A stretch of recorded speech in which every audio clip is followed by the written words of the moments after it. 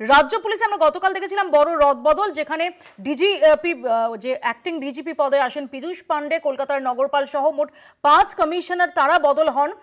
এই মুহূর্তে দাঁড়িয়ে আমরা যেটা খবর পাচ্ছি যে আরো 27 জন আইপিএস অফিসারের রদবদল হয়েছে। কলকাতা সহ একাধিক পুলিশ ডিস্ট্রিক্টে এসপি বদল। কলকাতার নতুন ডিসি সাউথ হলেন দীপক সরকার।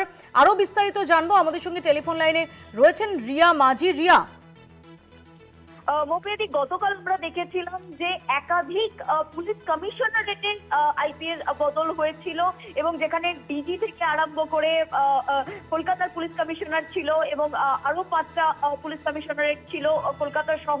এবং আজকে যেটা দেখা যাচ্ছে যে আরো এক ঝাঁক পুলিশ অফিসারকে বদল করা হলো, 27 জন আইপিএস অফিসারকে বদল করা হলো এবং অত্যন্ত গুরুত্বপূর্ণ যে কলকাতার একাধিক ডিসিকে বদল করা হলো এবং তার থেকেও অত্যন্ত গুরুত্বপূর্ণ সেটা হচ্ছে এসপি মুর্শিদাবাদ। আমরা জানি যে কয়েকদিন আগে বেলডাঙ্গার যে ঘটনা, তারপরে এসপি মুর্শিদাবাদকে বদল করা হলো।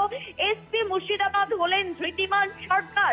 ধৃতিমান সরকারকে এসপি মুর্শিদাবাদ করা হলো এবং তাছাড়াও এখানকার অর্থাৎ কলকাতায় ডিসি সাউথ বদল হয়েছে, ডিসি নর্থ বদল হয়েছে, নতুন ডিসি সাউথ হয়েছে এবং একই সঙ্গে তোমরা এসএসডি অর্থাৎ যাদবপুর ডিভিশনের যিনি ডিসি বনগাঁও নিয়ে যাওয়া হলো তাকে, এবং বিশ্বচন্দ্র ঠাকুর যাকে এসপি সুন্দরবন করা হলো।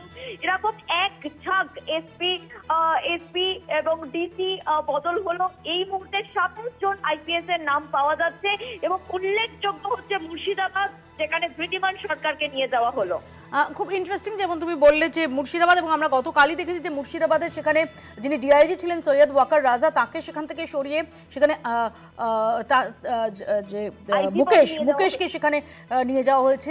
যে মুকেশ কুমার, যিনি আগেও সেখানে ডিআইজির দায়িত্ব পালন করেছিলেন বা তার আগে আইজি করে নিয়ে যাওয়া হয়েছেন এক্স্যাক্টলি, এবং যিনি তার মুর্শিদাবাদের এসপিও ছিলেন।